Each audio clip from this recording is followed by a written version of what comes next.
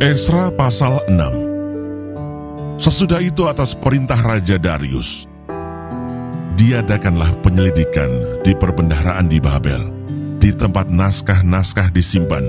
Kemudian di Ahmeta, benteng yang di provinsi Media, didapati sebuah gulungan yang isinya sebagai berikut. Piagam, pada tahun pertama zaman Raja Kores, dikeluarkanlah perintah oleh Raja Kores mengenai rumah Allah di Yerusalem. Rumah itu haruslah dibangun kembali sebagai tempat orang mempersembahkan korban sembelihan dan korban api-apian. Haruslah tingginya 60 hasta dan lebarnya 60 hasta, dan haruslah dipasang 3 lapis batu besar-besar dan 1 lapis kayu. Biayanya harus dibayar dari perbendaharaan kerajaan dan juga perlengkapan emas dan perak rumah Allah yang diambil oleh Nebukadnezar dari bait suci yang di Yerusalem dan dibawa ke Babel. Itu haruslah dikembalikan, supaya kembali pula ke dalam bait suci yang di Yerusalem, ke tempatnya yang semula, dan engkau haruslah menaruhnya di dalam rumah Allah. Oleh sebab itu, hai Tatnai, bupati daerah seberang sungai Efrat, dan Setar-Bosnai serta rekan-rekanmu, para punggawa daerah seberang sungai Efrat, hendaklah kamu menjauhkan diri dari sana. Biarkanlah pekerjaan membangun rumah Allah itu. Bupati dan para tua-tua orang Yahudi boleh membangun rumah Allah itu di tempatnya yang semula. Lagi pula telah dikeluarkan perintah olehku tentang apa yang harus kamu perbuat terhadap para tua-tua orang Yahudi mengenai pembangunan rumah Allah itu, yakni daripada penghasilan kerajaan, daripada upeti daerah seberang sungai Efrat, haruslah dengan seksama dan dengan tidak bertangguh diberi biaya kepada orang-orang itu. Dan apa yang diperlukan, yakni lembu jantan muda, domba jantan, anak domba untuk korban bakaran bagi Allah semesta langit, juga gandum, garam, anggur dan minyak, menurut petunjuk para imam yang di Yerusalem.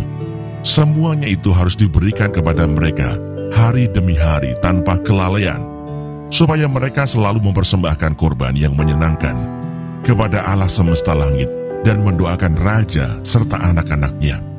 Selanjutnya, telah dikeluarkan perintah olehku, supaya setiap orang yang melanggar keputusan ini akan dicabut sebatang tiang dari rumahnya, untuk menyulakannya pada ujung tiang itu, dan supaya rumahnya dijadikan reruntuhan oleh karena hal itu.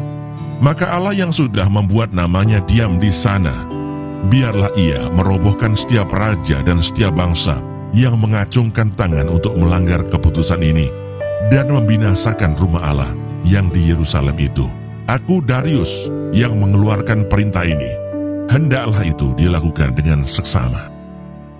Pekerjaan selesai, pentahbisan rumah Allah dan hari raya Paskah yang pertama.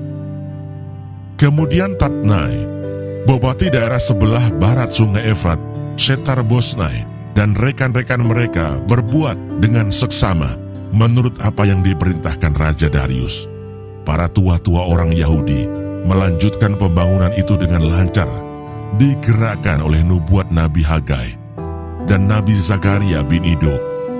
Mereka menyelesaikan pembangunan menurut perintah Allah Israel dan menurut perintah Kores, Darius, dan Artasasta, raja-raja negeri Persia.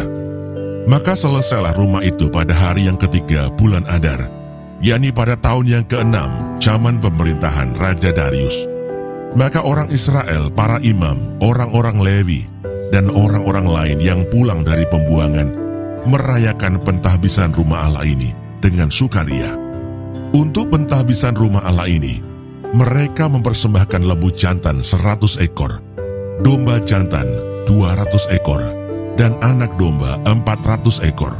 Juga kambing jantan sebagai korban penghapus dosa bagi seluruh orang Israel, 12 ekor menurut bilangan suku Israel.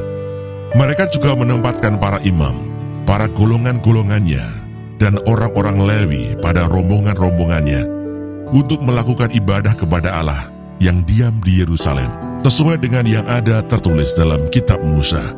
Dan pada tanggal 14 bulan pertama, mereka yang pulang dari pembuangan merayakan Paskah, karena para imam dan orang-orang Lewi bersama-sama mentahirkan diri, sehingga tahirlah mereka sekalian. Demikianlah mereka menyembelih anak domba Paskah bagi semua orang yang pulang dari pembuangan, dan bagi saudara-saudara mereka, yakni para imam, dan bagi dirinya sendiri.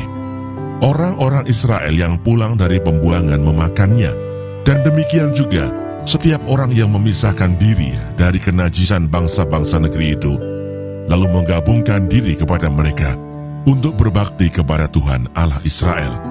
Lagi pula mereka merayakan hari raya roti tidak beragi dengan sukacita 7 hari lamanya, karena Tuhan telah membuat mereka bersukacita. Ia telah memalingkan hati raja negeri Asyur kepada mereka, sehingga raja membantu mereka dalam pekerjaan membangun rumah Allah, yakni Allah Israel.